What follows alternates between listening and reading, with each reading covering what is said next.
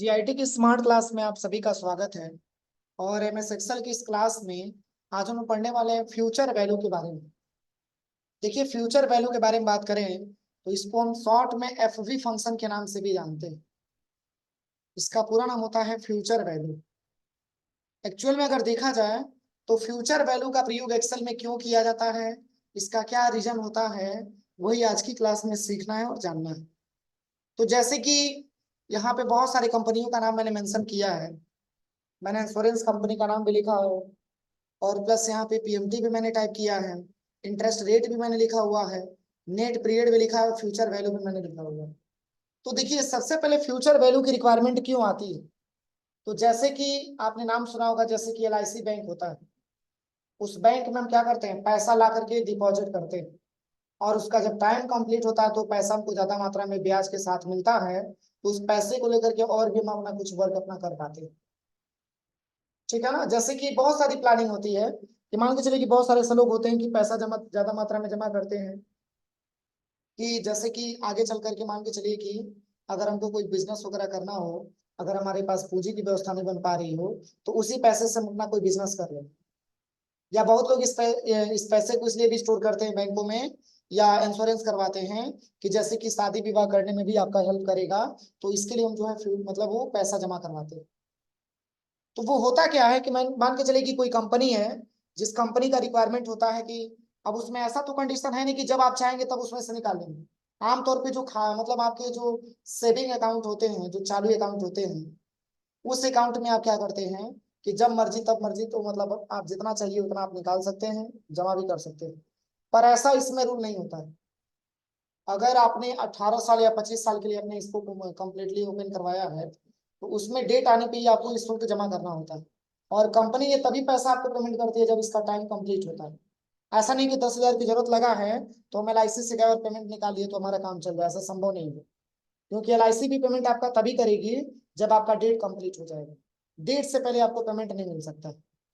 तो जैसे कि होता क्या है, ये कंपनियां पैसे हम लोगों से जमा करा करके और ये कंपनी पैसा उठा करके शेयर मार्केट में खर्चा कर देती है। ठीक है ना, शेयर मार्केट में ये पैसा लगा देती है। और उसके बाद से उस पैसे से जब ये काफी मात्रा में इनकम कमा लेती है, काफी मात्रा में जब इंटरेस्ट कमा लेती है, तो उसमें से कुछ इंटरेस्ट कंपनी आपको जो है दे देती है। इसमें इंटरेस्ट ही होता है ना, दूसरा कुछ तो होता नहीं है। जैसे कि मान के चले कि आपने 5,000 रुपया महीना जमा किया, ठीक है, पर 18 साल आपने 20 साल तक जमा किया, तो जो आपका मूलधन होना चाहिए उसके बाद भी कंपनी का रेशियो रहता है। कोई कंपनी 10% ब्याज देती है, कोई कंपनी 5% ब्याज देती है, कोई कंपनी 12% ब्याज देती है, कोई कंपनी 7% ब्याज देती है। सबकी रिक्वायरमेंट अलग अलग होती है। लेकिन मूल रूप से हम जितना पैसा जमा करते हैं, अगर वो कंप्लीट होता है, उसका नेट पीरियड जब कंप्लीट होता है, तब जाकर के वही कंपनी हमको मूलधन के साथ साथ कुछ ब्याज का पैसा भी रिफंड करती है। समझ में आ रहा है ना। और वो ब्याज का पैसा होता कौन सा पैसा है, तो वो वही पैसा जो शेयर मार्केट में लगाने के बाद वो इनकम कर चुकी होती है। उसी में से कुछ पैसा निकाल करके आपको ब्याज के तौर पे दे देती है, ताकि आपको आइडिया मिल सके कि हमने जो है एलआईसी में खाता खुलवाया था तो इसका कुछ नॉर्मल हमको बेनिफिट मिला हो। लेकिन एक्चुअल में अगर देखा जाए तो कंपनी अपने घर से नहीं देती, वो पैसा शेयर मार्केट में लगा देती है और उससे इनकम करके तब जाकर के कुछ परसेंट आपको भी शेयर कर देती है। ये हमारे प्राइवेट बैंकों का वर्क होता है। ऐसे बहुत सारे बैंक का नाम है इंश्योरेंस कंपनी में। जैसे आपका फर्स्ट नंबर पे एलआईसी है, आपका एसबीआई लाइफ इंश्योरेंस के नाम से है, बजाज है, मैक्स लाइफ कंपनी है, और यहाँ पे एसआर कंपनी मैंने लिखा हुआ है, बिरला कंपनी है, उत्कर्ष प्राइवेट लिमिटेड है, महिंद्रा फाइनेंस प्राइवेट लिमिटेड है, ग्रो फाइनेंस लिमिटेड है, पॉलिसी बाजार डॉट कॉम है। इसमें क्या है कि जैसे देखिए एलआईसी की क्या रिक्वायरमेंट है कि अगर आप 5,000 रुपया जमा करते हैं और टोटल कै साल तक, 60 महीना यानी कि 12 साल तक, कितना हुआ, ये महीना है, नेट पीरियड महीना है।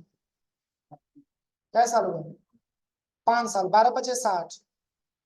एक महीने में टोटल कितने, सॉरी, एक साल में कितने महीने होते हैं, 12 महीने होते हैं। लेकिन ये टोटल हम 60 महीने तक जमा कर रहे हैं, यानी कि इसका टोटल निकालेंगे तो आप 5 साल रुपए जमा कर रहे हैं।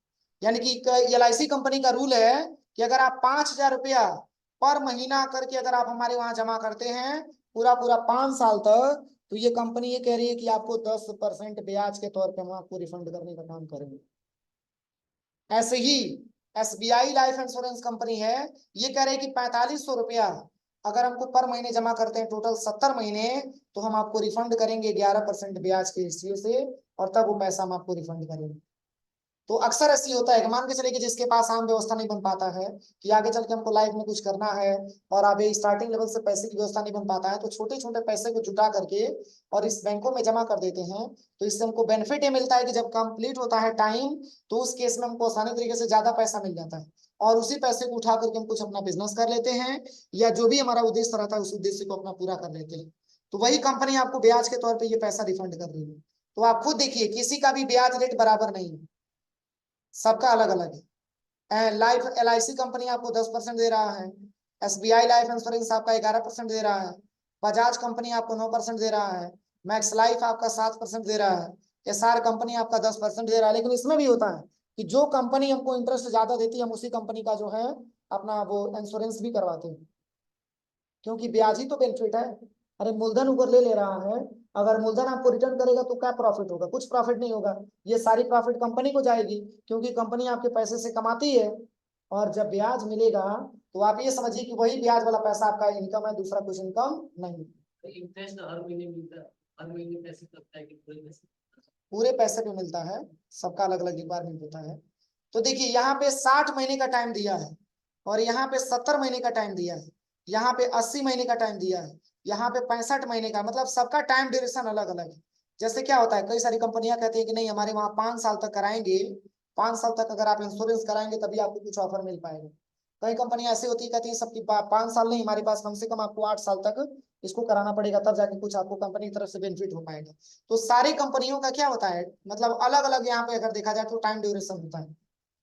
तो वही चीज अगर हम देखें यहाँ पे, तो मान के चलिए कि हम 5,000 रुपया पर महीना जमा कर रहे हैं, तो टोटल 60 महीने में हम टोटल कंपनी में कितना पैसा जमा करेंगे?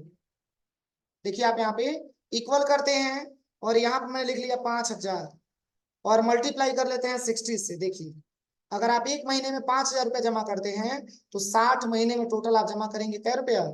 3 लाख रुपया। समझ में आ रहा है ना? तो क्या ये 60 महीने के बाद ये जो कंपनी पैसा आपको रिफंड करेगी, ये 3 ही लाख रुपया रिफंड करेगी?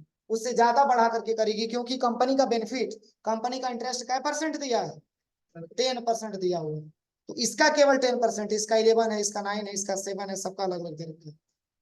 तो वही चीज हमको निकालना है कि अगर हम कंपनी में 3 लाख रुपया अगर हम टोटल 60 महीने में दे रहे हैं, तो कंपनी का जब टाइम पूरा हो रहा है तो कंपनी हमको कितना रिफंड करेगी, उसी को निकालने के लिए हमको फ्यूचर वैल्यू की रिक्वायरमेंट आती है।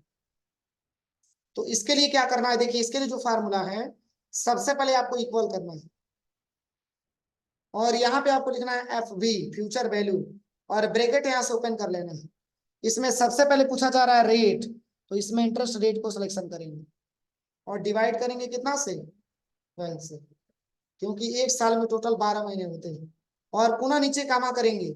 इसके बाद से आपका लिखा हुआ है NPR, यानी कि NPR का मतलब होता है नंबर ऑफ पीरियड। कंपनी ने टाइम क्या महीने का दिया है? 60 महीने का आपको टाइम दिया है। और फिर नीचे कामा करेंगे। इसके बाद से अगला ऑप्शन आपका आता है PMT, और PMT का मतलब होता है पर मंथ अमाउंट, जो हम कंपनी को पेमेंट करने का काम करेंगे। तो कितना दिया है? 5,000, इसको सिलेक्शन करेंगे, और पुनः नीचे कामा करेंगे।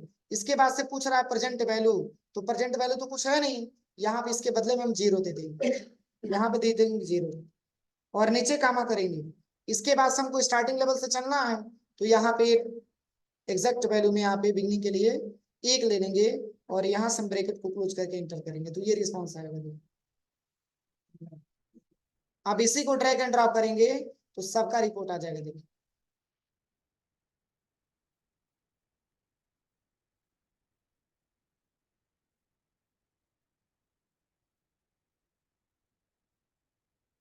देखिए सबका रिपोर्ट आ गया ना। अब देखिए, कंपनी में जमा कर रहे थे 3 लाख रुपया, लेकिन कंपनी हमको रिटर्न कर रही है 3,90,411 रुपया 91 पैसा। यानी हम कह सकते हैं कि इक्वल करिए, यहाँ आप लिखिएगा 3,90,411.91, और माइनस करेंगे कितना? 3 लाख रुपया। अब एंटर करिए। देखिए, 90,411 रुपये 91 पैसा कंपनी आपको बेनिफिट दे रही है, टोटल कै महीने में? 60 महीने। और जमा आपने कितना किया था? 3 लाख रुपए। क्लियर हुआ? तो यही आज की क्लास में फार्मूले में जानना था। इसको नोट कर लीजिए कॉपी में।